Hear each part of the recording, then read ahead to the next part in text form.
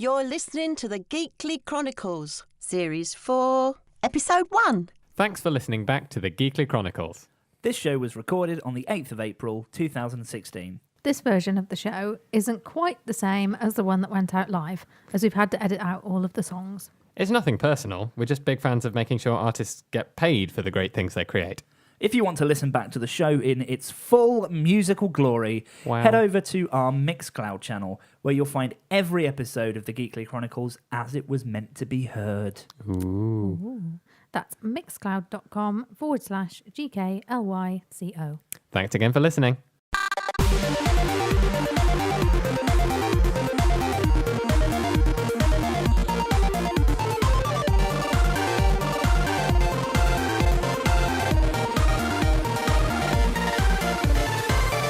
Hello. Series 4. I know. We've made it this far. Ah, yes. Hello. Inexplicably. Who would have guessed? Indeed. Well, I might have guessed? done, but Oh. I probably wouldn't have put money on it. But Yeah, probably not what we would call the safest bet, but we are here. Yes, we hello. are indeed back, and since we've been away, a lot has happened. Oh, loads. For example, the National Environment Research Council let the internet decide the name for its new research ship and may, as a result, name it Boaty McBoatface, Nice. which leads the poll with over 110,000 votes. That's amazing. I love that. But also, it emerged while we were off the air that there are 26,911 words of European Union regulation entirely dedicated to cabbages. Oh my God. Yep. But to be fair, I mean, someone's got to regulate all of those different types of cabbage, so... Yeah, the cabbage menace. Yeah. Casbos. Casbo, We need- yes. I don't see how All right, I can then. top those. but I'll try with this one. A gang from Wales were arrested for stealing £20,000 worth of jammy Dodgers. Wow. Wow. That is a a lot of jammy jammy dodge. dodges. All the Dodgers. Really? Really, you're going for the pun this early in the Oh, show? why not, eh? Oh, dear me. Deary me. And in New Zealand, a cat has stolen around 30 pairs of underwear and 100 socks from its neighbours. And the owner is now moving house, so has to find a home for all of these garments. Just a cat underwear thief. A cat burglar. apparently. A cat burglar. Attack, but oh my God. You say the owner's moved house? Is moving house. Ah, So okay. they're trying to find where these garments came from. Hey. Not everyone is owning up, interestingly. Well, also, while we've been away, Microsoft launched an artificial intelligence Twitter bot named Tay, and it lasted about 16 hours before it was taken offline because they put it on Twitter, and everyone on Twitter jumped on the opportunity to teach it, well, how to hate everything. Ah, Of course. That'll because happen. Twitter. Yes. yes. And well, the National Remember when we said did that. that in the rehearsal and you said you Yeah. weren't going to do it? I wasn't going to say pew. Yeah, I know. I remember. The National Poo Museum has opened on the Isle of Wight. Oh, that's fantastic. Oh, wow. National Poo Museum. Yes, a museum dedicated to poop. Well, Just everything for comes... the nation of the Isle of Wight. I think it's the British Poo Museum. Wow. Well, everything comes All down to British poo. I think the most important question is it free entry? Oh. Oh dear. Oh dear, indeed. The National Poo Museum. So that's obviously my next holiday is going to be to the Isle of Wight. Yes. Well, we've got loads of things coming up on the show for you tonight. It's a packed show. Lots of the features that you love returning. I mean, we sent out a little survey before the new series started, and we actually took your feedback on board. We did. So This is true. we're back with Game of Geeks a bit later on. We've got the forecast back again. We have a fantastic guest coming onto the show this evening. We've got Jordan Cox, the Coupon Kid. That will be amazing to have Jordan on the show and hear his secrets. Catherine's back with the Tumble Fumble a bit later on. We also have some new features for you this evening. We've got something a little bit sporty, so we'll be talking about that a bit later on. It terrified me as well when it was suggested in the meetings. know. Don't worry, listeners. Stay with us. Yep. It's fine. Yep. We'll get through this together. It's not too sporty, don't worry. I mean, if you'd ever met any of the three of us, we would you would know it's not going to be too sporty. You're listening to the Geekly Chronicles. So, as always, you can request songs for us to play. You can do that on Twitter by tweeting to @GKLYCO with the hashtag request and whatever it is you want to request. Or on IRC, you can type in !request and then whatever you want to request. And we will get your message. And it's also worth noting that if you head to the website gkly.co, you can just go to the chat room there. If you're on the homepage and listening live, the chat room. I don't know how to speak. Obviously, we've been off the air for too long. We've forgotten how words work. Yeah, the chat room's right there on the front page. Indeed, it is. Well, People are already having success requesting stuff. For example, Amy C in the chat room has requested me. So, Well, so that's a good start to the show. okay, we will package that up. We'll get a shipping quote for that one, Amy, and we'll see how much it will cost to ship you Chris. Yeah. He's quite tall though, but lanky, so we can probably fold him. Yeah. Collapse. We can't fold you more than 7 times, like a piece of paper. This is true. I wonder how many stamps that would be. Anyway. So we have this new feature. We really like to get the audience voting in on the show. We always have. And last series, we had you vote on a Would You Rather. So, like the old party game that people would play. Would you rather have Santa for a dad or a monkey for an uncle? Was one of the ones we did. But before that, we had Bad Song of the Week, where we would get people to vote in for bad songs. And we had, that introduced us to songs like Selfie by the Chainsmokers. Ah, the fine piece of music that is. Oh, don't remind me. Yeah. But first... Look it up, people. Okay. Look it up. So we wanted to do something that was a little less cringeworthy this time around. Yes, one of the requests from listeners is please stop making us cringe. So they haven't heard this new feature yet.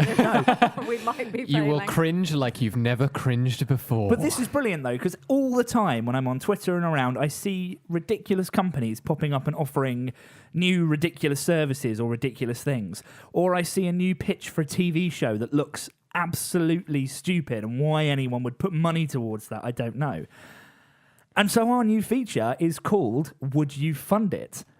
The idea behind this is that every week, Catherine, Chris and I will pitch to you, the listeners, a different thing. And we're going to compete against each other here to see how many of our ideas the listeners would actually fund.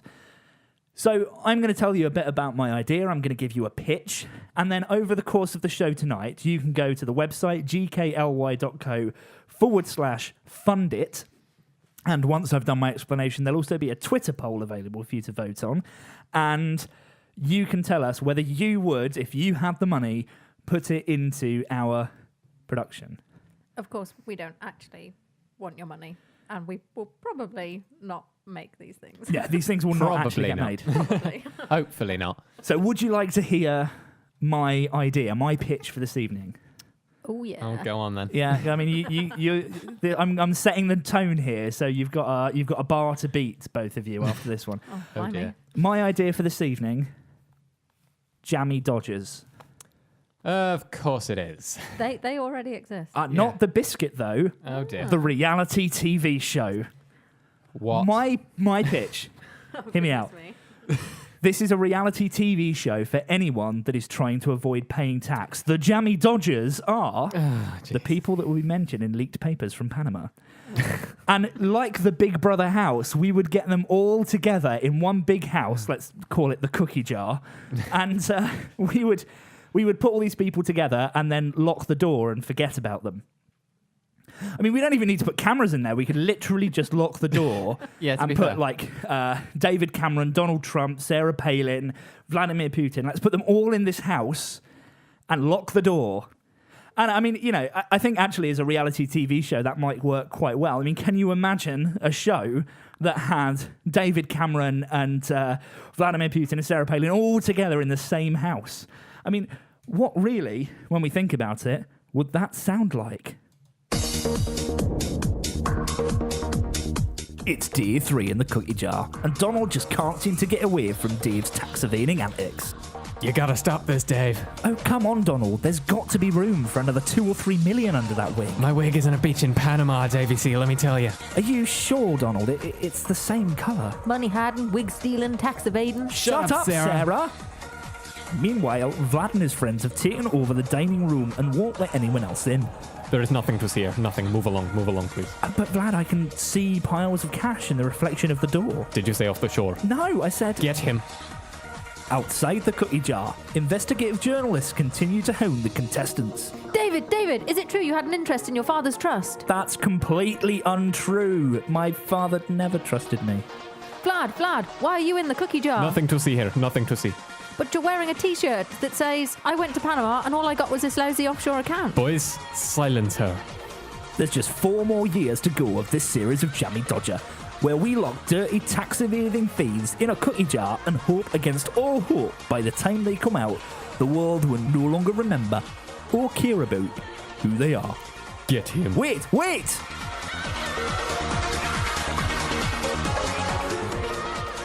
So there you have it. Oh my God. Jammy Dodgers.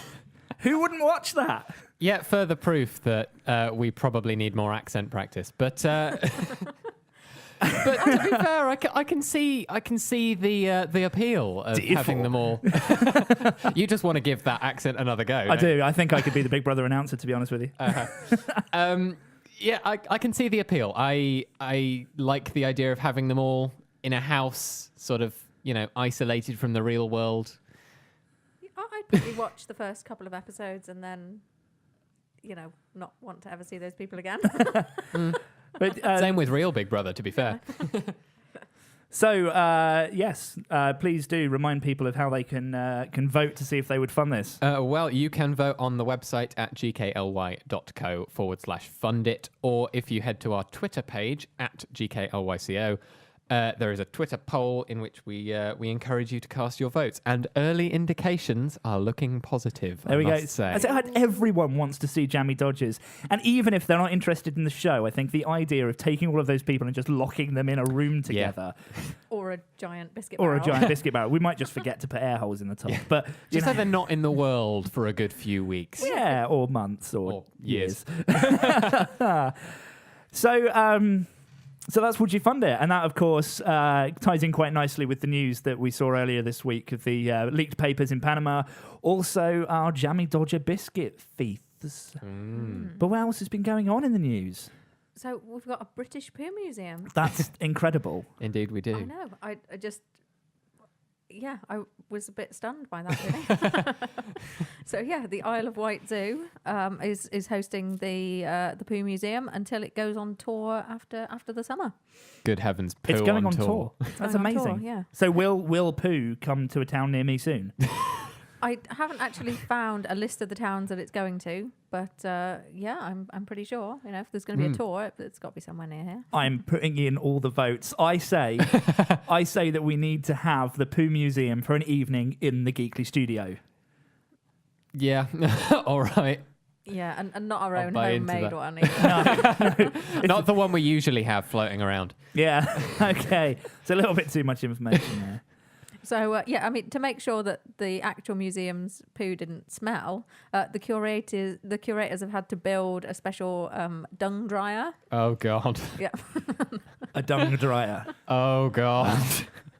So a stick insect poo can be desiccated completely in an hour or so, but a lion poo can take a fortnight to dry out. Okay, so what I've learned from that is that stick insect poo is quite small. Well, I would imagine so. Stick insects are quite small. I wonder why this is information we need to know as a species. How quickly we can dry out our own poo. What is the fascination with poo? Well, Nigel George, one of the curators at the museum, says that poo raters. Yeah, poo rater at the Pooseum says that poo provokes strong reactions. Small children naturally delight in it, but later we learn to avoid this yucky disease-carrying stuff, and that even talking about poo is bad, he told the Hartlepool Mail. But for most of us, under the layers of disgust and taboo, we're still fascinated by it. Really? So everything comes down to poo, is what we're saying From here. the top of your head to the sole of your shoe. Oh, dear. Apparently so. Wow. Okay, well, it's interesting to hear from that poo rater on this clearly pooey idea. It's Yeah. yeah. Anyway, which I'm sure is the word we're all looking for. Yeah, but then there's been What more. else? There have been even more ridiculous things in the news. There have indeed. So, as I mentioned at the start of the show, Boaty McBoatface has been Brilliant. in the news a lot this week. So the National Environment Research Council, which until the beginning of this month, I'm not sure any of us knew existed, have just I might have known if it existed. Oh, well, okay. okay. They're planning on commissioning a new ship to go and do environment research. One would assume Ship things. general boat stuff. And they decided, instead of giving it one of those, you know how like most of our ships as a country have those big grandiose names, like I can't think of any, but Like the Titanic. Enterprise, Titanic, not necessarily great examples, but They do tend to crash a lot, those yeah. ones. The QE2. Yeah. So there's ships like that, but they decided, instead of giving it one of those sorts of names, to let the internet decide what they would call this new research ship. And currently in the lead on the website is Boaty McBoatface with over 110,000 votes. Oh, that's which brilliant. is incredible. You can still vote until the 16th of April. You can still nominate ship names as well, if you so choose. I mean, Boaty McBoatface is far and away leading. The Geekly Chronicles sailing the ocean waves. I think we're going to have to submit one now. Yeah, But I think so. But just to give you an idea of other suggestions which haven't quite made it up to the top of the list: RRS Royal Research Ship Ice Hammer, Nice. RRS Stephen C. Gull. Nice. Fantastic. There's a website at nameourship.nerc.ac.uk, and you can just kind of click the random button over and over again until you get some amusing ones. There's lots named after various people. RRS Climate Control. Wow. Interestingly enough, the RRS Captain Crunch. I'm quite enjoying RRS Big Red Boat, because it is, if you've seen any of the pictures, a big red boat. Descriptive, if nothing else. RRS the Borg. Interesting. RRS Queen Elsa and various others. Oh. But RRS Brian Blessed, one I'm particularly happy about. But But that's Oh. brilliant. But only if the foghorn goes, Brian Blessed, because that's the only way you can pay homage Yes. to. I'm rather liking the RSS Guns and Frozes. yes, it's quite good. Or, That's brilliant. Ice Cube, which is descriptive again. So yeah, there's still time to vote for your favourite. That's Vote brilliant. for your boat. Boaty McBoatface is far and away the leader. But actually, interestingly, I saw a couple of weeks ago, Southwest Trains named one of their trains Trainee McTrainface in celebration. Really, that's amazing. So, And Scattermoon in the chat room has said, RSS What Iceberg is my favourite. yeah. That's I like that. Quite an amusing one there. So, Boaty McBoatface, Yes. the Pooh Museum, and of course, your ability to vote for this week's Would You Fund It? Indeed. Jammy Dodgers. From poo to ships. You're listening to the Geekly Chronicles. Speaking of ridiculous fighting things. Okay. Sure. Anyway, we have another new feature for you. How exciting. With the Olympics coming up, we were thinking maybe something a little bit on the sporty side. But then we looked around and decided, actually, none Bad of us idea. really know anything about sports. It's not that we don't like sports. I mean, you know. it kind of is. Well, you don't like Yeah, I sports. mean- I'm a huge ice hockey fan. I love darts. That's a sport, is it? It is. Is It's it really? classified as a sport? Yeah. Well, It's classified. Yep. Man, the first rule of darts is that nobody talks about darts. Yeah. That'll be Okay. why. Okay. all right then. Didn't expect that to be true. Yeah, but yeah, we so we've come up with this new feature then, because we really wanted to do something to get people pumped up for the Olympics, but With none of us knowing about sport, we thought actually the best thing we could do is try and learn more about sport. I mean, I know that I tend to think that I know a lot about sports. I watch the Olympics and I think, I know how that sport works. But actually, I'm quite ignorant. And so I have embarked on a journey over the course of this series to learn more about different sports. And we're calling it the Geekly Guide to Sport. And this week, we're covering off some sports that I knew really nothing about. So I want to share those with you now.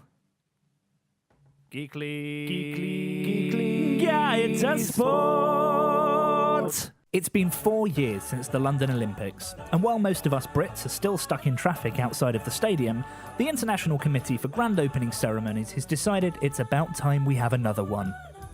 Now, in case it wasn't obvious, I don't know a lot about sport, but with the Olympics coming up, I've decided it's about time that I learned a little more.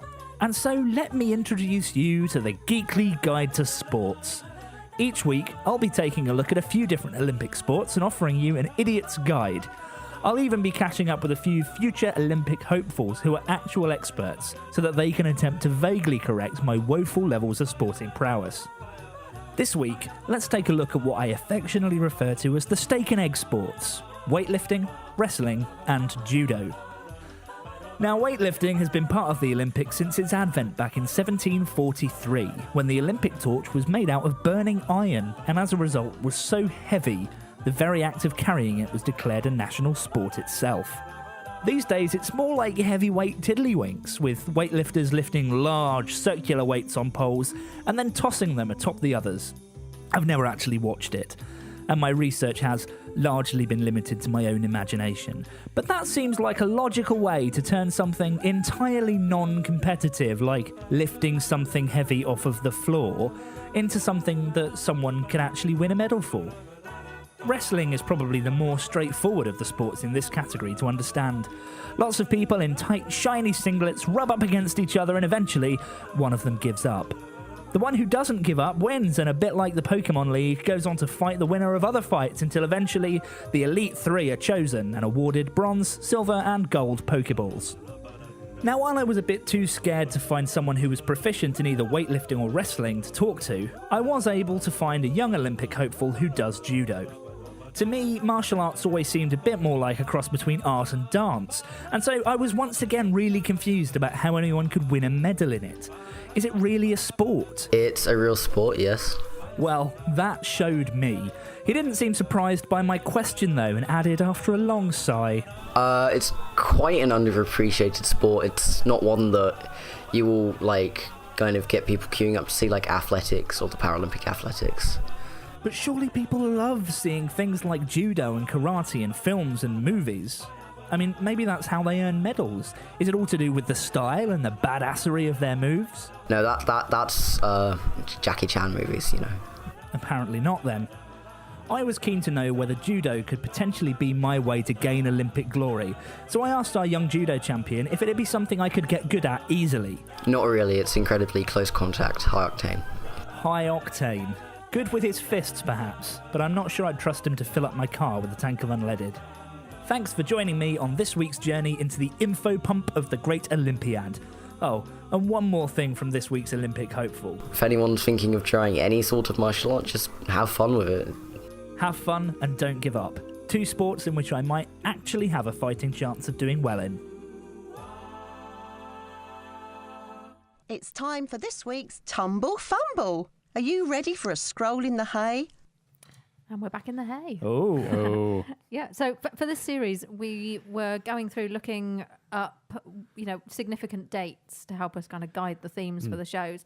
And one thing I realised was almost every day was some kind of, national day of something or international day of this, that and the other. We can take every day off work. Yeah. That'd be amazing. Love it. And then I found a blog of a girl that tries to do something to celebrate every day. So alwaysaholiday.com is her blog. And for example, today was Happy National Beer Day. So it looks like she had a beer. Yesterday, it was National Caramel Popcorn Day. Oh, I had some of that actually. Oh, nice. Yeah, I love Well caramel done for popcorn. Well, I mean, I like celebrating. sweet popcorn generally, but I like that mixture of sweet and salty. Yeah, that's Ooh, really good, actually. Yeah, now I'm craving popcorn. Thank you. We don't have any here in the studio. We should get some. Help us. Send popcorn. Emergency. Emergency popcorn. It's the emergency popcorn klaxon. And sort of the 5th of April was National Deep Dish Pizza Day. That's very specific on the pizza. It has to be deep dish. It has to be, nothing else. The 4th of... this one's really strange. The 4th of April, National Walk Around Things Day. So for her blog, it looks like she's just walked around a chair. Okay. So it's just like walking around objects, or... So I could just walk around a building and I'd be celebrating National Walk Around Things Day. Yeah. Yep, I guess you could. Wow. Yep. We've also got National Find a Rainbow Day, which I imagine could be quite challenging if, there's not been rain or water anywhere. It kind of depends you. on the country, doesn't it? Yeah. Because some places you live, you might not have many rainbows. Then we've got National Peanut Butter and Jelly Day. Bit of a classic. Yeah. Are we talking English jelly or American jelly? Because peanut butter and English jelly is terrible. I'm imagining that this is American jelly, English jam. Oh, good. Yeah, because peanut butter and jam's lovely. Yeah, the picture on the website is sort of a strawberry spread, which looks very much like a strawberry jam. Or what we would call a strawberry jam. I do love sandwiches. Sandwiches. Also got National 1 Cent Day. Yeah. Okay. I'm assuming that's CENT, not SCNT. SCENT. CENT. So it's not like 1 National cent, like National coins. Smell Day. No. But there probably is one of those as well. Probably, yeah. March the 31st was National Bunsen Burner Day. Ah. Whip your Bunsen burner out. You can be my Bunsen burner. Singe a few things. Haven't heard that song in years. Lose an eyebrow or two. National Take a Walk in a Park Day. Well, that one's quite easy. That's rather nice. Yeah. So Seems achievable. are all of these days like observable holidays that I can take off work? I'm not sure our employers would be very impressed Yeah, well. if we took every day off. Well, every day's a holiday, as They would probably someone said celebrate. once. They would probably have been celebrating on March 28th, which was National Be Mad Day. Ah, Yes. I was mad on March the 31st. Weren't we all? Just days that end in a 1 do it for me. Those one days. One I day, know, right? One of these days. One this days. one's nice. March 26th was National Wear Purple Day. Oh, it's my favourite colour. I thought you'd like that one. Nice. Oh, and we also have, I'm not even sure if I can say that word, National Vaffeldagen Day. What is that? Close enough. It looks like a food. Verfolgefun. Verfolgefun. We'll go with something about Verfolgefun. waffles. Yes, of course, the famous Verfolgefun waffles. Verfolgeblog. Yes, I mean, I will only eat Verfolgefun waffles. They're so much better for you than regular waffles. I actually have a Verfolgefun iron in my kitchen.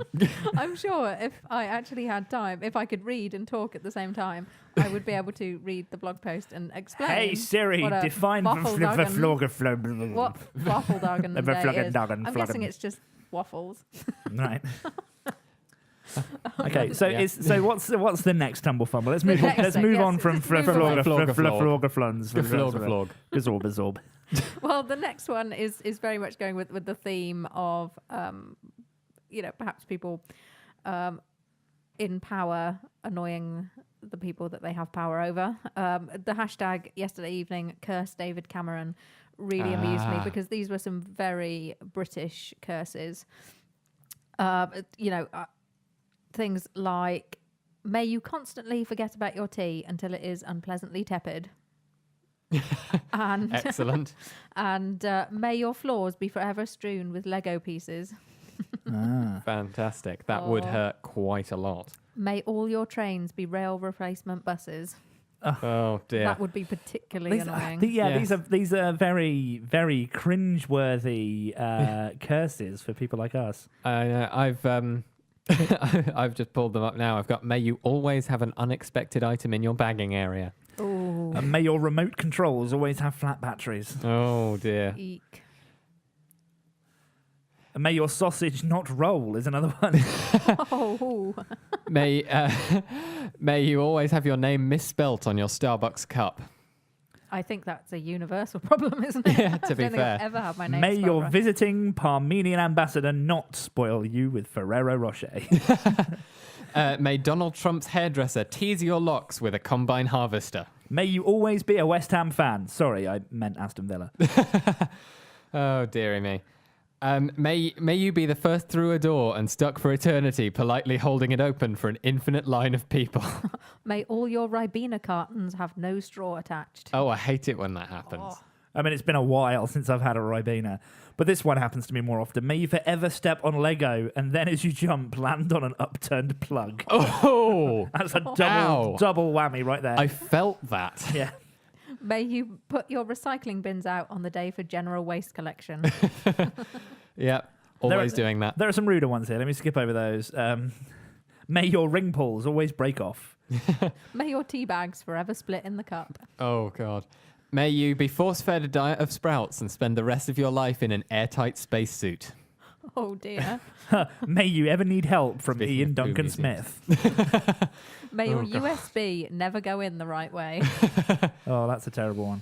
Yes, I think that's a hell we can all deal. May your rich tea biscuit always break in half as you dunk it, then go mushy in your fingers as you try and retrieve it. And may the song Chelsea Dagger by the Fratellis be endlessly stuck in your head like some kind of nightmarish earworm. It is Wow. permanently stuck in my head, so I feel that pain. Yeah, that's quite it just has. Now it's stuck in my head. Yeah. Yep, that So I'm is- going to put that in the request queue. Oh no. Because if we have to suffer through it, you at home have to suffer through it as well. That's the rules of this show. May you forever be stuck behind tractors and lorries whilst driving anywhere on UK roads. Just UK roads. Yeah. It's very specific. You go and can escape to Panama and be fine. Yes. How amusing, though. Anything else for us during this Yes, this hay scroll? One more thing in the rolling in the scrolling in the hay. Rolling in the scrolling in the hay. Yeah, you are now rapping the Tumble Fumble. Yeah, please don't make me do that. Okay, so the next Series thing finale. is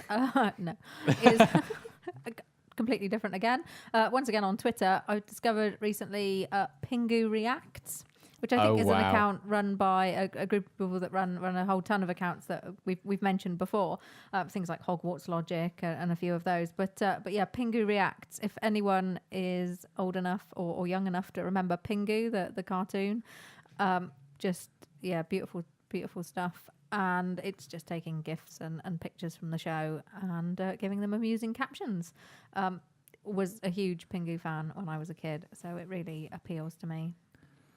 Most I of love them Pingu. talk about things that I don't really relate to so much anymore. Things like, losing your mates on a night out and, being sick when you've drunk too much. But yeah, Pingu illustrates them so adorably. Well, that see, I I can't love help but love Pingu. it. Yeah. How was that? That was what Pingu did? Was it? Yeah. I think they call it a newt A on newt. here. Newt. Newt, Yeah, newt. that makes sense. Okay. Yep. And his little seal pal. And, I shall all that audition stuff. for the next voice person for Pingu. It's like, It's like, it's like, and Yeah. now I shall read from scene 4 on page 37. Oh, dearie I me. wonder Wow. if you can find Pingu scripts online. I'm sure they're up there somewhere. There's loads of stage direction. Approaches from the igloo. Looks pensive. I think there's quite a lot of. Yeah. There's quite a lot of sort of tongue flapping. I Was that seem to another type recall. of waffle? Quite possibly. Yes. Right. Oh, They ate dearie a lot me. of waffles on Pingu. Oh, my waffle machine. So I'm yeah. absolutely in love with this Pingu Reacts thing already. I think it's absolutely fantastic. Yeah, that's amazing. They do some quality angry faces Yeah. and their delight and other sort of things that look wildly inappropriate for a kids show anyway, especially when captioned by Yes. grown-ups. Yeah, it's the captions that make it the weird thing. But no, this is absolutely fantastic. Well, so So, thank you. Thank there you we for are. a really, really quite excellent Tumble Fumble. It's some really amazing stuff going on there. And I'm sure we've got more to look forward to next series. Indeed. No, well, next next episode. Next even. series. I was so used to the fact that we were at the end of a series. Now we're at the start of another one. It feels weird. Good though. Good. We've got a whole 9 other episodes, including this one, of this series to go. It's 10 brilliant. including this one. 10 including this one. Excluding this one, it's 9. I have no idea what I'm talking about now. Hashtag maths fail. We all forgot how to do this show. I'm not particularly great at mathematics. I have to be honest with you. It's not something that I'm probably about as qualified as the Chancellor of the Exchequer to actually do anything to do with maths. But that aside. So coming up after the next song, we've got a fantastic interview with the Coupon Kid. And if you don't know the Coupon Kid, Jordan Cox, it's Jordan_Cox on Twitter if you want to follow him. Jordan, Jordon. This person's amazing, I think. Someone who has just been able to find these really cool ways of money saving. So we'll be talking to him up after the next song. If you have any questions for Jordan as we're going along, please feel free to pop them in the chat room. Remember, you can keep requesting stuff as well. How exciting. Indeed you can. How are we doing on the Would You Fund It? Well, the tables very much have turned, and slightly less early indications are looking quite a bit more negative than they were before. Oh, wow, that's a lot of people. So do get your votes in before the end of the show, gkly.co/fundit, or find our poll on Twitter at GKLYCO. Come on, who doesn't want to watch Jamming Dodgers? Why? I can't be losing. I think it's the whole why even bother to put cameras in there factor. Yeah, to be why fair. make us watch? Okay, well, fine. Don't fund When the we can cameras. imagine it. Pay for the cookie jar, and we'll just put them all in there. Yeah. That'd work. You're listening to the Geekly Chronicles. Sorry, Chris. We're just going to do half sentences each, shall we? I'll do one Love word, it. you do the other word. Fantastic.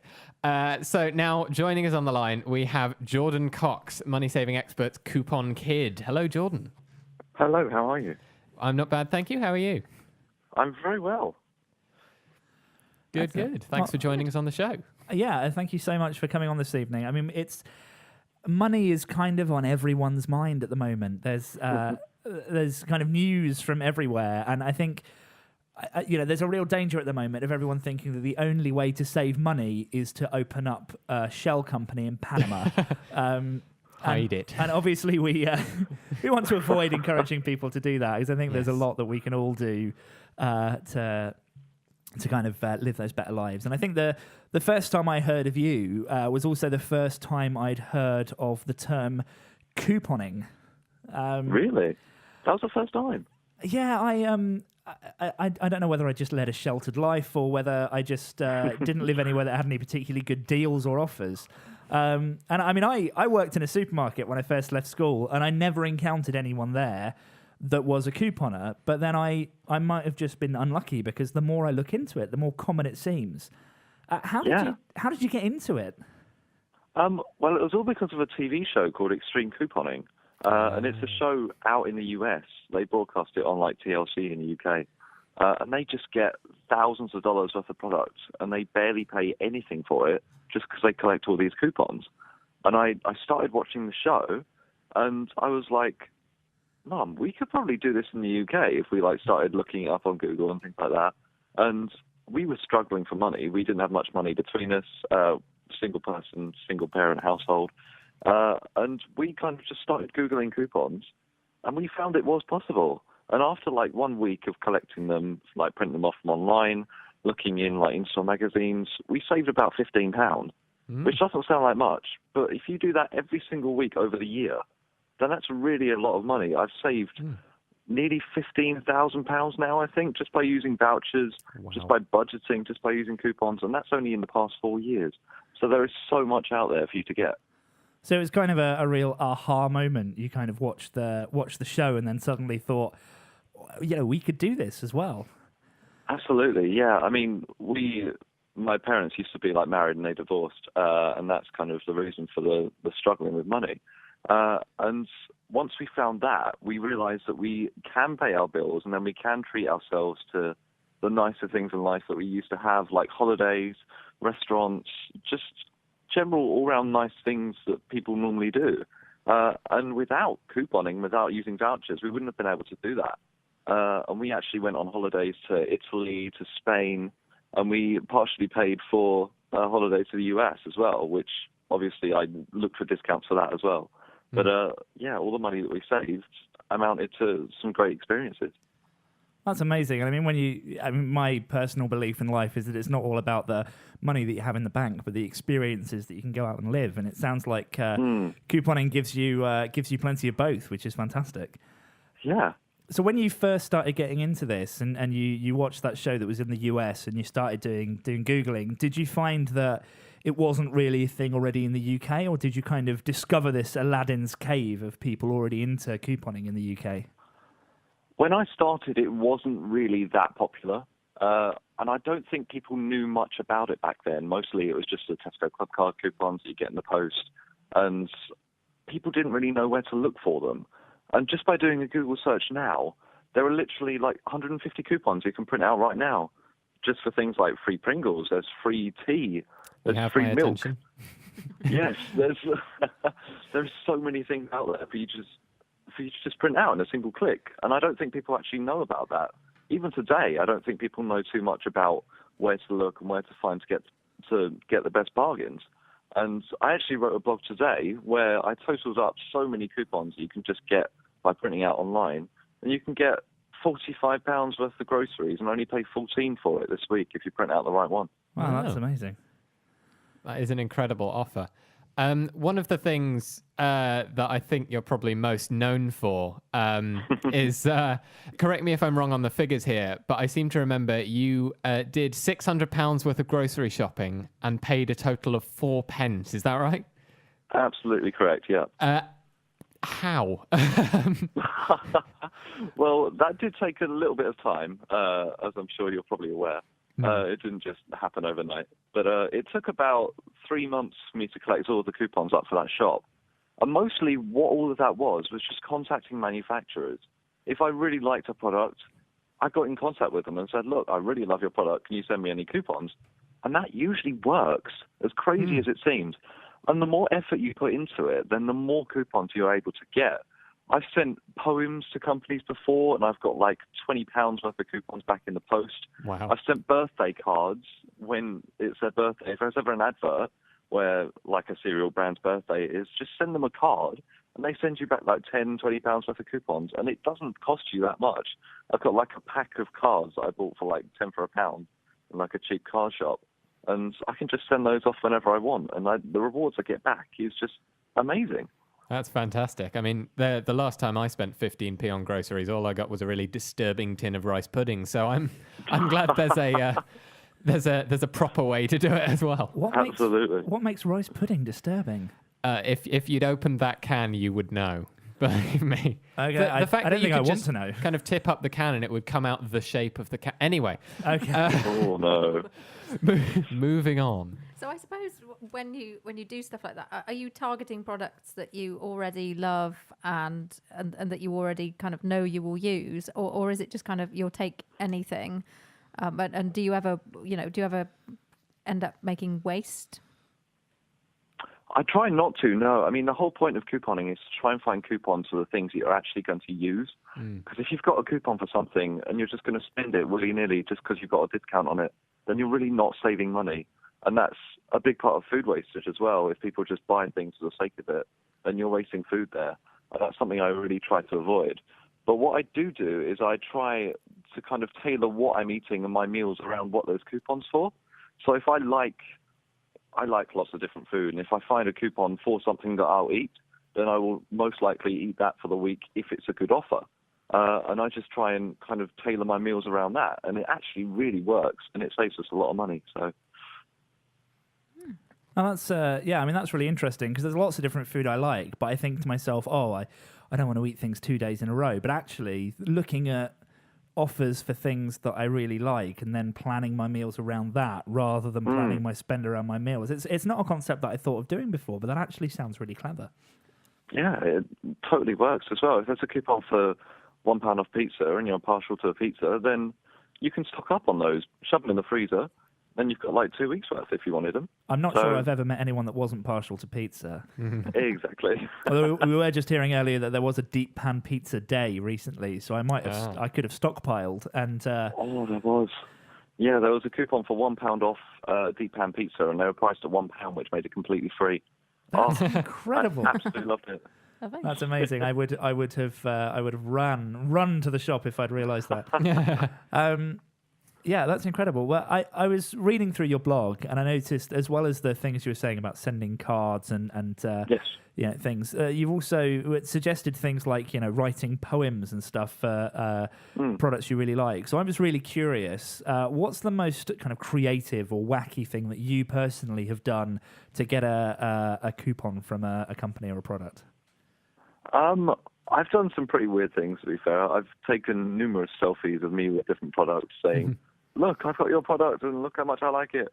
I've also, like I say, I've written a load of poems. And I think one time I wrote a 20-line poem to a drinks company, and it was pretty much every single one of their drinks that they have incorporated into a poem about how much I like it all. That's Fantastic. incredible. And it did take me quite a while. It took me about half hour to think it up.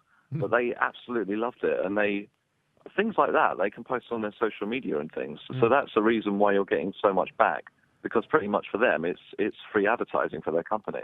I actually had that once. I was a really big fan of a particular burrito place in town, and I would always tweet at them to say that I was there or what I was having and that kind of thing. And I actually got invited to a free tasting session for their new burrito flavors, and that was quite nice. I should try that. But I wonder if this is the birth of something new. It's almost extreme couponing. Like how far can you go? Like, can you take a selfie with your favorite pizza on the top of Mount Everest? I mean, how much would that get? Like turning extreme couponing into an even more extreme sport. Into an extreme sport, yeah. Well, you'd have to get that's the a trip decent concept. to Nepal for free first, wouldn't you? Yeah. To be able to Yeah, get that'd be one. brilliant. Like, Yes, if you pay for me to go to Nepal, I will take selfies of your product all along the way. That could work really well. It's a long shot, but the worst they can do is say no. So True. That's true. I mean, I love taking pictures in places. So actually, this is something I might try and do a bit more of because I take pictures of all of my food. I take pictures of all of the places I go to.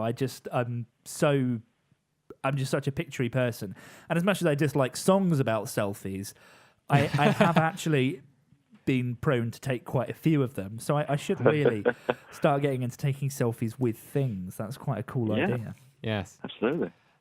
Let's talk about, speaking of travel, your journey from Essex to Sheffield via Berlin. That's right. Yeah. Could you tell us a bit more? I mean, why Berlin? How did you come up with the idea of It doesn't flying? seem en route, does it? No, not really. How did No, you come up not with that? quite. So basically, I was teaching a class on couponing up in Sheffield, as it happens, and I needed to get back down the country, back to Essex, to where I live. And the cheapest one-way train back down the country was £47, and I found a cheap one-way train up there to go and teach. But the cheapest back down was £47. So I looked for alternative options, and it just so happened that a flight from East Midlands Airport to Berlin was only like £11, and then a flight from Berlin to Stansted Airport, which is like 15 miles away from where I live, was £9. And when I added in everything as well, like a train from Sheffield to Derby, a bus to the airport, trains into the city centre at Berlin, even lunch, and then a bus back home, all of that still came out to £8 cheaper than it would have been the train. Wow. So, yeah, I just decided to go for it, Spontaneous things in life are always the best. So why not go to Berlin? Why not see a different part of the world for cheaper than it would have cost you? Because I needed to get back home anyway, so it was just a slight detour, and I got to see and do a lot while I was there. Did you have much of a layover then when you were in Berlin? I was there for 4 hours in the city centre, but I was in Berlin for about 7 in total. The rest was spent in the airports waiting for flight. But I saw quite a lot. I got to see the Brandenburg Gate. I got a tour in a government building. I went to Checkpoint Charlie, and I went around all the sites, and I had lunch as well, which was fantastic. And all of that was cheaper. So I don't see why anyone would have taken the train if it was cheaper to go to Berlin. Yeah, that's incredible. Yeah, I just think, and you've got a really great story out of it as well. I mean, there's nothing to talk about if you just go home on the train, whereas you've got this whole fantastic story that you can write about and tell people about and dine out on for ages. Well, like we were saying, it's all about the experiences in life, right? And that is an experience that you'll be telling people about for a long time.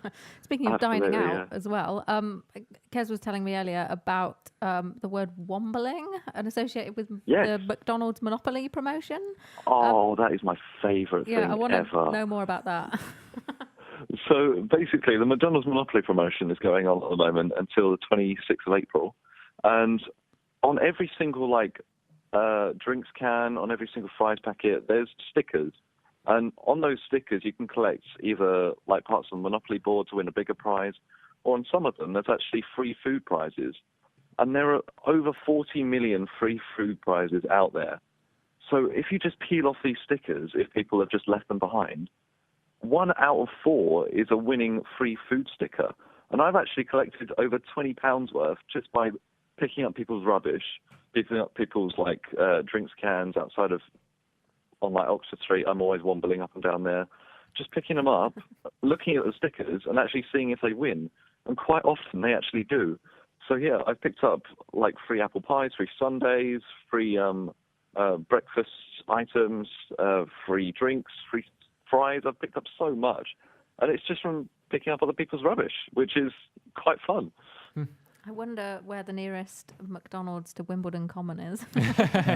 Proper wombling. But that's the thing, because I remember watching the Wombles, and I think it's that kind of concept. I think it's something that we've fallen out of, especially here in the UK. I think that people, typically were a bit more frugal and typically did sort their rubbish before it got thrown away to make sure there wasn't any waste. And I think we've become a lot more wasteful. But then for someone like yourself who is happy to be a womble and go wombling, that must be incredibly fruitful. Yeah, and there's actually another way that you can save money through wombling as well, with Asda's receipts. At the bottom of every single Asda receipt, there's a brand guarantee, and it says if it's not 10% cheaper than the next supermarket, then it will give you the difference back. So if Tesco is £5 cheaper than Asda, then it will give you £5 back plus 10%. So it'll give you £5.50. And so many people leave their Asda receipts without actually checking it, because you have to enter the details online. And you can pick up those receipts and check it yourself. And people have earned hundreds of pounds just by picking up these receipts and entering them online. And then you get a coupon that you just print out and take the next time you shop. That's amazing. That is fantastic. I noticed as well you can do the same thing with IKEA at the moment. Yes. You don't visit IKEA as often necessarily, but I am a huge IKEA fan. And there's a code on the bottom, and if you type it in online, you can win stuff. I won a bedspread last time I went to IKEA from the bottom of my receipt. But people just leave these receipts around, so you can win all kinds of free things. I need to go to IKEA soon, so could I just put every single thing I buy through in a separate transaction and get loads of them? That's actually what I did. I went in there and I bought 10 different flannels that were 25p each, and I've won 6 donuts, 2 hot dogs, a £5 food voucher, and a picture frame, I think. So it made up for it in price. And all of those things are things that you'd use or consume.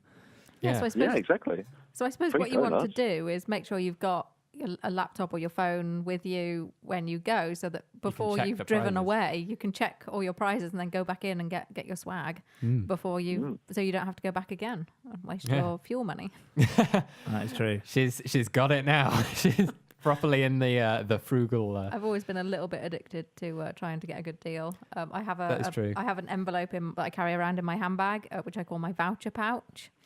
So that they're always with me, so that I don't get to the supermarket and think, oh, I had a voucher for this, and now I've left it at home. That's a great idea. So we have quite an expensive hobby here. Oh, it's fair to say. Radio show. The radio show, does cost us a fair amount from time to time. So we were just wondering if you had any advice for anything we could do to cut our costs, any tips you can share generally as well. Or, anyone that has an expensive hobby. I think a lot of hobbies, certainly a lot of sports-based hobbies are quite expensive to be a part of. Yeah. But they're very cost prohibitive. Is there stuff that people can do or things that people should look out for? I would definitely say if you don't have a budget, make sure you're budgeting for absolutely everything. If it's expensive things like sports or radio shows, then you're going to have expensive items such as like equipment, like I'm sure microphones aren't very cheap. So just making sure that you're not overspending for the things that you can, that would be great. And if you can find a cheaper microphone by going online and searching on eBay, then try your best to do that. I did actually eBay for some of the stuff for this studio, but it still looks quite shiny, so that's fine. It does. This is very true. Also, at present I'm a student, and students never have any money. It's the age-old trope. But I wondered if there's anything that I can do that are different to my less studenty co-hosts that I can do to save money. Absolutely. Have you got an NUS card? I do. Fantastic. That's a great start. Have you got a 16 to 25 rail card? I do as well. You are flying. I'm you are ticking doing the boxes already. Well, I suppose with a rail card, you could actually be flying, given the story that we had earlier. Well, yeah. Yeah, very true. What about an ISIC card? Have you got an ISIC card? I don't. What's one? Oh, What's there one we of go. those? Got you. That's an International Student Union card. So if you get one of those, you can pretty much get discounts all over the world. So if you're traveling like me, then it'll be fantastic to use. If I find myself coming home via a different country, then Yeah, you can get It'll student come in handy. discounts abroad as well. fantastic. Well, that is quite a good tip, that. And also, I guess, combining all of those other tips together when you're a student around food and everything is quite Yeah. useful. Yeah, I I'm a suppose. fan of the Match and More card. Yeah, so I suppose we've already covered loads of tips, but I suppose is there anything else that we can all benefit from? We've very much directed you with questions, but is there anything else that you've recently uncovered that would really benefit us all? One thing that I do quite like at the moment is apps on your phone that save you money. And there's actually quite a few which are coupon related, where you can claim cash back on things in the supermarket. There are so many offers on these apps. They're called Checkout Smart and Shopitize. And on quite a few of them, there's free stuff that you can claim. Catherine is literally writing this down. Oh, Checkout Smart and Shopitize. Look them up. So how do they Basically, work? on these apps, there are so many free stuff on there. You just go into the supermarket and buy what it tells you. Then you come back, you take a photo of the receipt, and then you claim the money back into your account. And then once you've got a certain amount, you can claim that back as BACS or as PayPal transfer. Ooh. And there is so much on there you can claim. There is like weekly freebies rotating every single week for you to claim. At the moment, there's like free beer, free bacon, free porridge. So definitely check those out. Free bacon. beer, bacon, and porridge, things you could combine into one hearty meal. Everything you need. That's incredible. Really just fantastic. I mean, the stuff that I've seen just through looking at your blog or going shopping with Catherine and her voucher pouch, it's amazing. I mean, quite often I'll be in Sainsbury's or Tesco or something, and Catherine will be there with me, and I'll get told off by Catherine, and there'll be some voucher rummaging, which is great. Like, no, don't buy that. Buy this one. But I mean, you've been in the news obviously for some of your greater money saving feats, and I've been reading your blog a lot about the money saving tips. But I'm curious, as you're kind of so well known for the couponing. What is life for you outside of couponing? What other things do you love, and have you found that a lot of the skills that you've picked up through the couponing actually have helped with other things in life as well? Well, I'm quite a big fan of travelling, as you might tell. But I've found lots of different discounts for travelling, so that's quite good. And also aside from that, I actually do quite a bit of performing. I perform in like a local operatic society, so I do like musical theatre. I'm very big into plays, and that actually doesn't cost me much. Actually, it costs me like a membership fee, one off every year, and then I get to perform in 3 different shows. So very cost effective. Well, and I suppose the more you do that, the more people may see that and potentially even pay you for it one day. Yeah, exactly. The travelling thing makes me think, I do quite a bit of travelling for work, and sometimes I have to stay over in hotels, and depending where you're staying, that can be quite expensive. Are there any tips for getting cheaper hotel deals and things like that? We're just milking you for advice at this Yeah, point. I've gone completely off script here. I'm now just asking you for help. So definitely search for voucher codes if you don't already. There's also websites called Top Cashback and Quidco where you can claim cashback on hotel stays.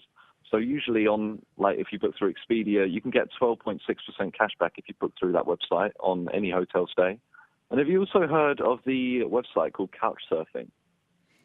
I think I've heard of it, but yeah, I never checked definitely it have out. a look at it.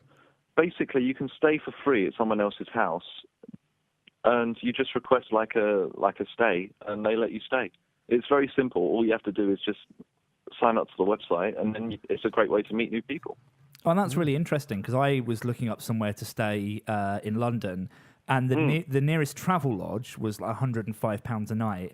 But for £75 a night, I could have stayed at an Airbnb place that was with that was at like a penthouse apartment at the top of a building in Soho with like 3 other people, and it's just such a fantastic deal. I'm never not using Airbnb now for that because it's just crazy. If I want to stay in London, hotel prices are so huge compared to places like Airbnb. So, I mean, before we wrap up, I mean, we've talked about some of your bigger, more well-known feats: the 4p shopping trip, the flight home via Berlin. What's next? I mean, do you plan these things a lot in advance? Is there something coming that's going to top those stories and make them seem insignificant? Are we going to get free chopper ride to the top of Everest? I would love that. There are lots of things coming. I can't really tell you too much, but there will be a lot of ways that you can save even more money on travel. And I've even got a tip coming soon, which can get you some free travel to somewhere abroad. So look out for that. I will be following your Twitter feed like a hawk to get that one. We'll all meet up in Mumbai or wherever this is, and we'll have to do a outside broadcast of the radio show from wherever we end up. Fantastic. Well, John, thank you so much for coming onto the show and joining us tonight. It's been really great to hear all of your top tips. I think Catherine is busy writing notes on all of them now. It's been lucrative. You're listening to the Geekly Chronicles. So how's my idea going? How's Jammy Dodgers? How is this week's and the first ever Would You Fund It going? Well, it's close at this stage in the show. It's very close. It's looking generally positive, but it is very soon to tell. I'm not going to call it when it's this tight, but you can still get your votes in. We will be revealing the winner a bit later in the show at gkly.co/fundit or on our Twitter poll at gklyco. And just as a reminder, that is for Would You Fund It is our new feature talking about whether or not people would actually not actually fund, but in principle, our ideas. And my first idea for this evening, my first pitch of the series, is a reality TV show called Jammy Dodgers, where we put all tax evaders, famous tax evaders certainly, in a Big Brother style house and just lock the door, walk away. Lock the door, walk away, and forget it ever happened. Oh, but I have a feeling it's time for something else now. Indeed it is. Now for this week's Game of Geeks. Yay! It's back. Game of Geeks is back. It is indeed. We've tried to change it up this time to make it a little more Chris-friendly, should we say? Thanks. How does it get Thanks more for that. Chris-friendly? Is that easier, basically? Great. Well, surely that would just be friendly for you both. True. So this is making it harder for me, easier for Chris, because last season I won. Well, I suppose not necessarily. Everything. Not necessarily harder for you, just broader topics. So it's not all about films. I'm now going to give you clues to things in many categories. Exciting. I may even spontaneously add in new categories as we go through the... And so for our new listeners, what is Game of Geeks? So Game of Geeks is a game where I give you guys clues to things. So it might be a film or a TV show, a book, a website, a play, all sorts of things. And then you have to try and guess what thing I'm describing. So if you get it on the first clue, you will score 3 points. If you get it on the second clue, 2 points. And if you need 3 clues to get it, you get 1 point. If nobody gets it, then there's just no points, and I tell you the answer. Okay. So, obviously, you need buzzers, so We that I do. know who is guessing. So, this time, Kez goes... Let's try that again, shall we? Let's try it again. and hopefully Every it will actually show. work. I know. Kez goes... Ooh. Kerching. And Chris goes... sounds lucrative. Lengthy. Jackpot. Yes.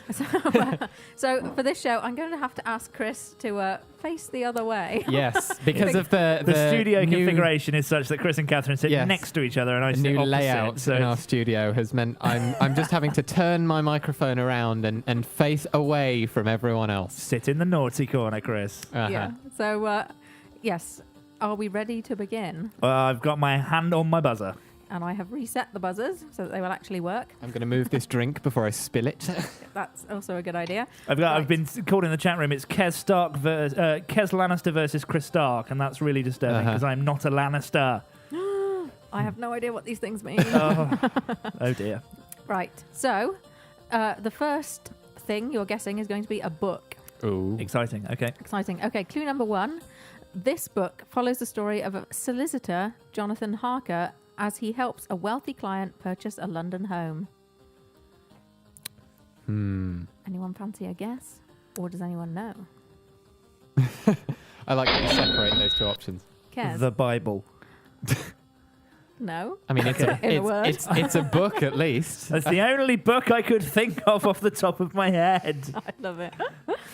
Shall I go for clue number 2? I think we I need think clue so. number 2. Okay, so we've got a wealthy person buying a London home so far. Clue number 2. The story is told in Okay, this is another thing I can't say. Epistolary format. I really hope I said that right. As a series of Know what that letters, means. diary entries, and ship's logs, which narrate the novel's protagonists. Ship's logs. Whose narrators are the novel's protagonists. Guess. The untold story of Boaty McBoatface. Close, but no. So this really is easier because it's Is that- harder. Would that Yeah. would that be Boaty McBoat book? Ah. Or Or Bookie Bookie McBoat book. Bookface. Okay. I We're should- digressing have- slightly. I should have made Bookie Little bit. McBookface a winning answer, no matter what the clues were, shouldn't I? Yeah. Okay, Yes. so it's told in letters, diary entries, and stuff. And yeah, okay. Clue number 3. This book is famous for introducing its titular character, probably the most famous vampire ever written about. Kez. Dracula. Yes. Ah, So that's 1 point for Kez. Hey. close on that. You were really hesitated close on with that my buzzer. Yeah, I could see that you had the answer there at that point. I was thinking if this was me, I'd just buzz and then think of a vampire. The most famous vampire, and I was sat here, and all I was doing was thinking of Buffy, and I'm like, okay, which ones haven't Buffy killed at that point? No. All right, okay. Okay, cool. So the I'm in the next lead already, Chris. Uh-huh. the next one that we're going I'm not for looking at you. is a TV show. Oh, I might be able to do this one. Yep. Maybe You know. do watch a lot of TV. This is true. Right, are you ready? Clue number 1. This show usually airs on BBC One at 5:15 p.m. Chris. Pointless. Yes. Oh, word. That was really pointless. How would you get that? I don't even watch TV in order. I just go on the online watch it again services. You have too much free I time. bloody love Pointless. You have too much free time, Chris. Too much. Oh, Wow. okay. Well, that was quite exciting, I have to say. Chris is in the lead now.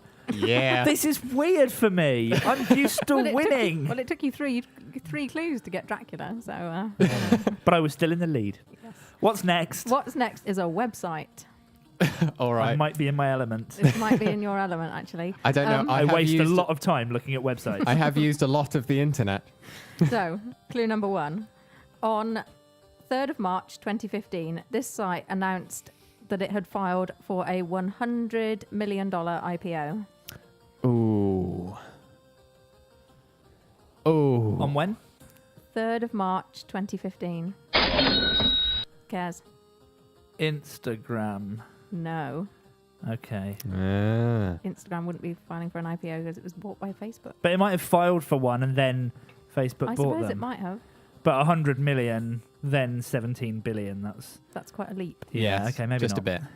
Anyway, I don't know why is this wrong. No, it's just is. Clue number 2. This peer-to-peer e-commerce website has offices in New York and Berlin.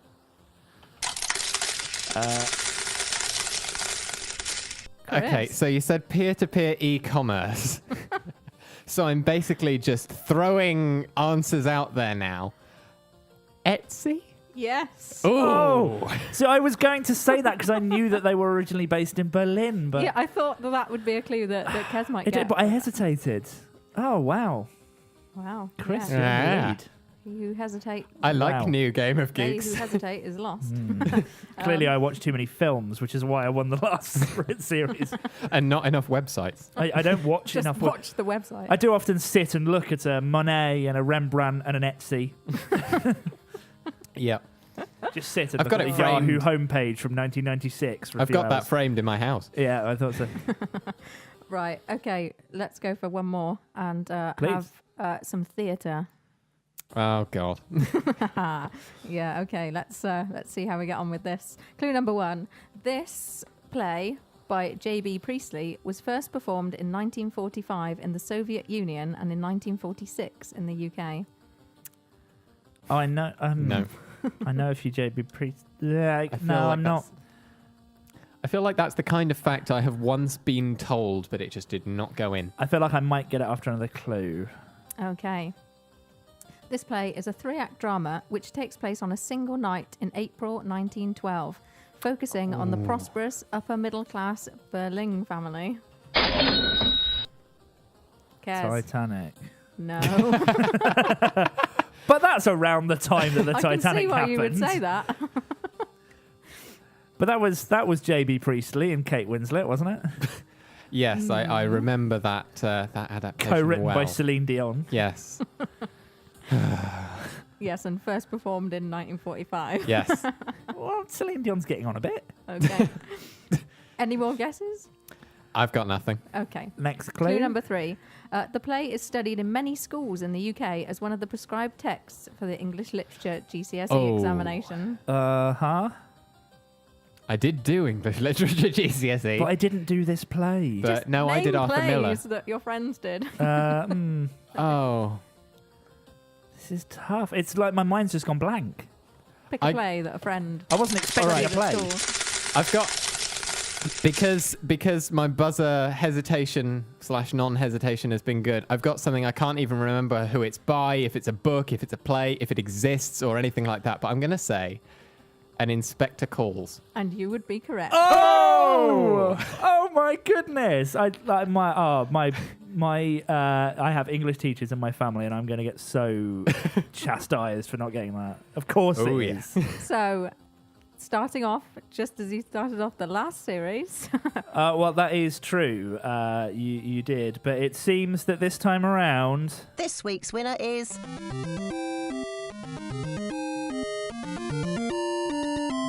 Chris.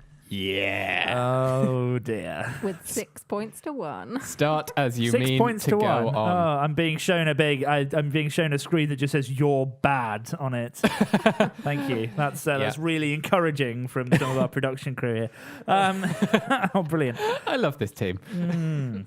Wow. Okay, that was That was quite interesting. that was enlightening, I suppose.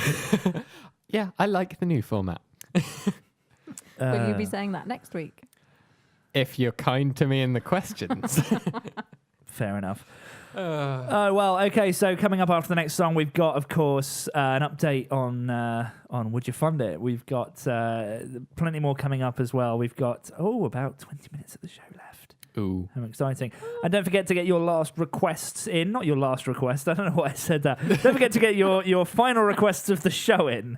Not your last request. That's a very different concept. And not Nor something the song Last Request, because we've done that one already. We've done that. The We joke have. is done. All right, okay. I'm going to stop talking for a little while now. You're listening to the Geekly Chronicles.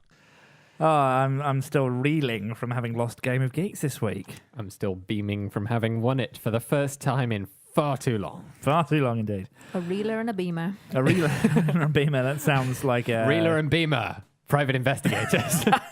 Indeed. Oh, and we've had some. We've just had a fantastic guest this evening. I'm just blown away by the awesome stuff that Jordan's doing. So thank you all for saying such lovely things in the chat room as well. I appreciate all of the lovely comments, and please do go and follow Jordan on Twitter. But from saving money to spending money, would you fund it? Would you indeed? And it looks like generally you would. That's amazing. Do people really want to fund it? People do want to fund it with a very, very close vote. People do, in fact, adding up the results of our website poll and our Twitter poll, want to fund Jammy Dodgers. Oh, that's amazing. I'm really quite happy with that. That is fantastic. 53% of our audience tonight have decided that Jammy Dodgers, or as the way I described it on the website, one house, 16 hidden offshore accounts. Who gets convicted of tax evasion? You decide. Or, of course, with the more Geordie accent, one house. That wasn't a Geordie accent. No, it really wasn't. 16 hidden offshore accounts. Who gets convicted of tax evasion? It's gone a bit worse. Yeah, I'm not particularly great at the accents without preparation, to be honest with you. But it means the first Would You Fund It victory of Series 4 goes to Kez. So well done. Oh, that's amazing. And so if you head to the website, gkoy.co/fund it, you can actually see not just the results of this vote, but as we get through the series, you'll be able to see who out of the three of us has been able to get more things funded. Indeed. There's a pie chart on there, or as it looks at the moment, a dot on there, a big blue circle with your name on it. Kez. Yeah, but I mean, we are kind of having a bit of a competition here to see which of our ideas get funded. So obviously, Jammy Dodger was my idea. We will each kind of on different weeks bring something to the show to try and pitch it to you and see if it goes. And I've heard some of the ideas from my my beautiful co-hosts here, so I'm quite excited to see what you all think of them. I'm quite excited to put mine together for next Yes, Yes. we will give Your no turn next spoilers, but it's really quite fantastic. It is. Funded. There may I'm be more excited about that. voices. We may There's have to gonna get other people to do some of them. If there's one thing we can promise for the rest of this feature, it's a lot of very bad acting. But Yeah, well. Oh dear. But I mean, I'm personally just amazed that in the short time that we've been away, there's been so much weird stuff happening. I know. I mean, the Boating at Boatface was obviously quite a great one for me. The Pew Museum, Indeed. I just thought was Pew? the Pew Pew. Museum, the Hugh the Museum, the Spew Museum, the Barney McGrew Museum, the Cuthbert Museum, And the Dibble Dibble and Grub Museum, and indeed, yes, Yeah. The Grub, isn't the Grub Museum that hotel in Iceland where that McDonald's burger is in the Tupperware? Yeah, I think it might be. Series 3 callback. I think more than anything, you visit the Grub Museum a few too many times, and then you need to visit the Poo Museum. So, Oh, God. but there have been loads of other weird things popping up as well. I mean, you were talking about unicorns exist now, do they? Yes, apparently. Well, unicorns existed 29,000 years ago, apparently. So in Kazakhstan, scientists who've been digging stuff up have... Presumably to put in the Poo Museum. I really don't know what museum they plan on putting it in. But they've apparently found evidence of what they call a Siberian unicorn that existed 29,000 years ago. Because they found this skull with a horn in Kazakhstan. Oh, it looks very furry. It does. I'm reading an article in The Guardian at the moment, and there are some excellent paintings of what this unicorn may have looked like. So, I mean, the article goes on to say, unicorn, probably not, because it kind of looks more like a rhinoceros, really. But, you know, thing with horn sticking out of it, unicorn, why not? I think I'd go with rhinoceros. Rhinoceros, I like that. A rhinoceros. Yeah. That's what it looks like to me. It kind of does. That's incredible. Amazing. But there's loads of stuff coming up in the future as well. I mean, I know that it's a little bit ahead. We've got a couple of shows. Well, we've got a show and almost another show before then. And the third show of the series will be the day after a whole bunch of elections happen. So there are loads of local elections. I mean, I get to vote in some of them. The people get to vote in others. The Mayor of London. There are lots of local elections happening on the 5th of May in the UK. There may even be local elections happening where you are. I believe there are some voting things happening in the United States at the moment, but I don't know if that's for anything particularly important. All I know is that someone with a fake tan and a wig is really vying for some power there. I think it's the voting for Jamie Dodger. I think they're ringing in to say who they want to evict. But I mean, the thing about voting in the UK is that you can't vote unless you're registered to vote. And it's actually it's even easier to do that now. So it's a really... it's worth mentioning, doing our kind of public service announcement. If you want to vote in the UK, you are old enough to vote and you want to register to vote, it's so easy, but you've only got until the 18th of April to do it. Yes. But do go ahead and do 10 days. Yeah, 10 days from today, you've got to register to vote if you want to vote on May the 5th. You can do that on gov.uk/register to vote. If you would like to do so. It only takes 5 minutes. All you need is to have your national insurance number, which if you're a UK citizen, you have. If you're eligible to vote, you have a national insurance number. I find the national insurance number actually so boring and tedious, I've remembered it because I have to put it on everything, which is annoying. But apparently for students as well, which I think is really cool, and you were saying to Jordan earlier that you're a student, you can register to vote at your home and at your student address. Yes, so I'm going to get to vote in the London mayoral election, for example, because I am one of those London students with no money. So you can register in both places, but could you say, wake up and vote at your student location and then hair off home and, via Berlin because it's cheaper, and then vote there too? I don't think you could vote in Berlin, no. No, go home via Berlin. So I'm not going to be able to vote for a mayor of London in my hometown of Bristol, but I don't know how it works. You could vote for Bristol-y things in Bristol. Possibly. So what you could do is you could spend first thing as soon as the polling booth opens in London, go and vote for the mayor. Have lunch in Berlin. Yeah. And then once you've got to Bristol, you can vote there as well. I think I'm going to have to do this. This is brilliant. Okay, so before our third episode of the Geekly Chronicles on May the 6th, we will tell that story there. Yes. We'll have to let Jordan know that we're planning on doing this and try and get that done. How Chris got arrested for electoral fraud. Or just make one up. Yeah, if to be we fair. don't manage to do it. So my thing has been funded. Is the the summary here? It has. Also, please register to vote and vote.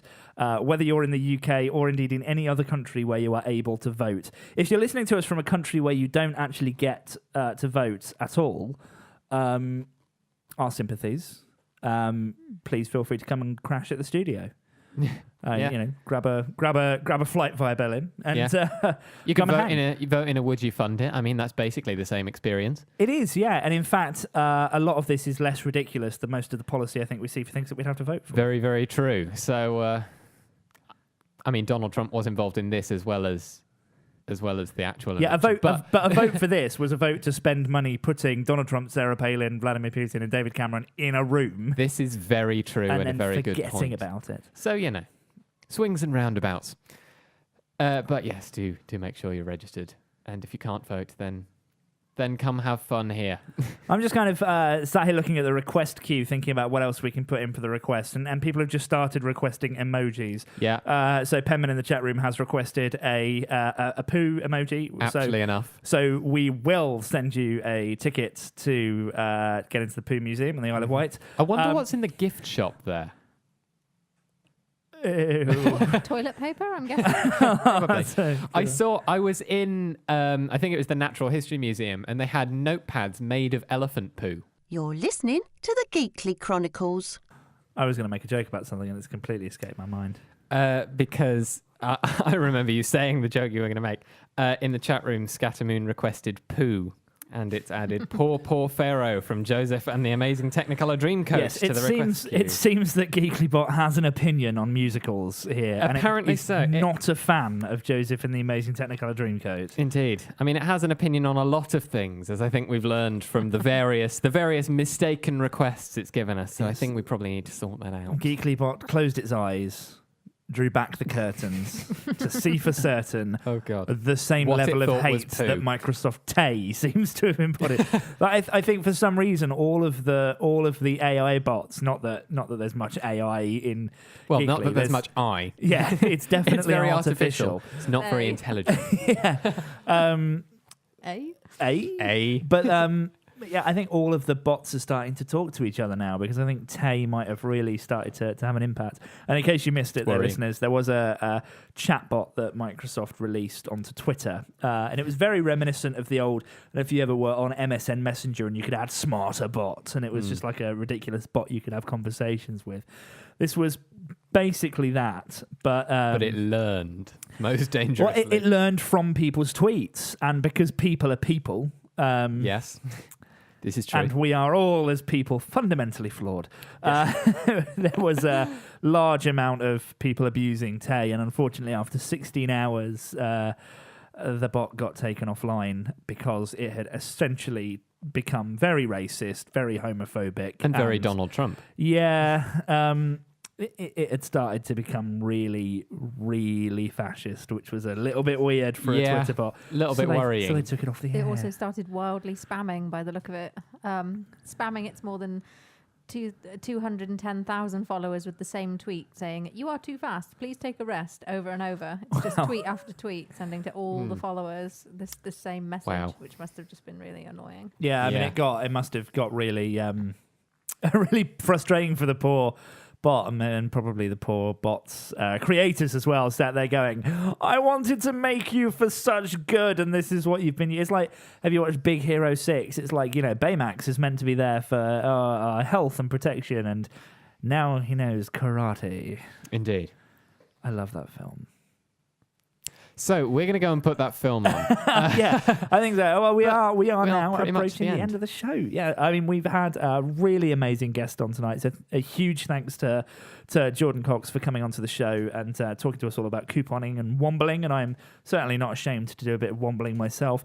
Huge thanks, of course, to David Cameron, to Sarah Palin, to Donald Trump, and to Vladimir Putin. I mean, we really have to thank them. They've made themselves such easy targets for our comedy that we just couldn't have done that without them. Thank you, politics. It's just so easy now. Indeed. Huge thanks, of course, to all of you for voting in our first ever Would You Fund It? Huge thanks, of course, to our guest for the Geekly Guide to Sport. And, of course, to everyone for contributing everything to the Tumble Fumble and all of the great stuff they're putting on Twitter and Tumble and all of the things on the internet. Biggest thanks, of course, to you, our listeners, for tuning in. Thank you for listening, whether you're listening back or listening live. Thanks to everyone in the chat room. I've just done a lot of thanking, which is brilliant. Yeah, if you do listen back, remember that you can request songs and things before the show. So, you can still join in and interact with us at any time. Yeah, indeed. And, we'll be back in 2 weeks' time, as we always are, on April the 22nd. Exactly the same sort of time as we normally are, and you'll be able to listen to the second episode in the series then. But from me, Kez. From me, Chris. And from me, Catherine. Have a wonderful fortnight, and goodbye. Bye. Bye. You've been listening to the Geekly Chronicles. Content was researched and vaguely fudged together by Chris, Catherine and Kez, who are also your hosts for this evening's show. The Geekly Chronicles is an independent production. Any reference to any persons or things, living or dead, was probably an error. What is reality anyway? Don't take the blue pill, live long and prosper. Wear sunscreen.